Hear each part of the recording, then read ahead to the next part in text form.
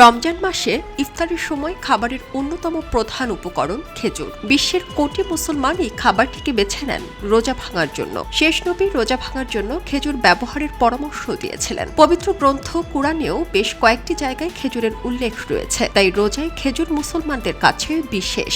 কিন্তু খেজুরে এমন কি চিকিৎসাগত উপকারিতা রয়েছে যা রোজাদারদের জন্য একটি আদর্শ খাবার। চলুন আজ তাই জানব।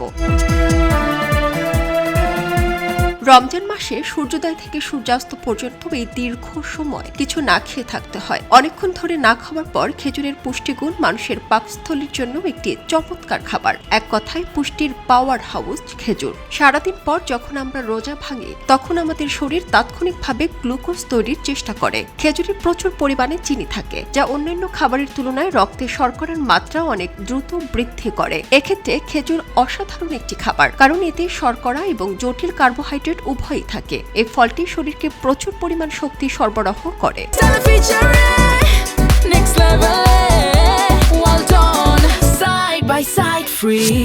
অসুস্থতার জন্য যারা দীর্ঘদিন ধরে কিছু খাননি তাদের জন্য খেজুর আদর্শ। খেজুর ভিটামিন এ, কে, বি6 এবং আয়রনে সমৃদ্ধ।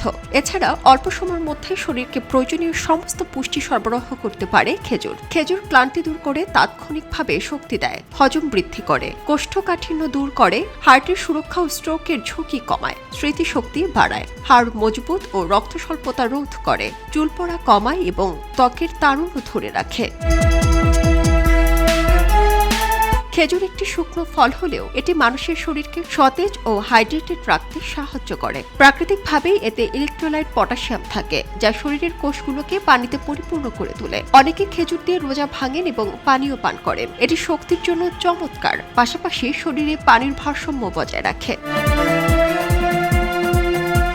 রোজাদার মুসলমানদের মধ্যে কোষ্ঠকাঠিন্য এবং পেট ফাঁপা একটি সাধারণ সমস্যা। এ সকল সমস্যা থেকে মুক্তি পেতে প্রতি ইফতারে খেজুর রাখুন। রমজানে সুস্থ থাকুন।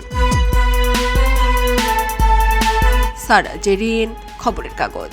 খবরের কাগজ, নিখাত, নির্ভীক, নিরপেক্ষ।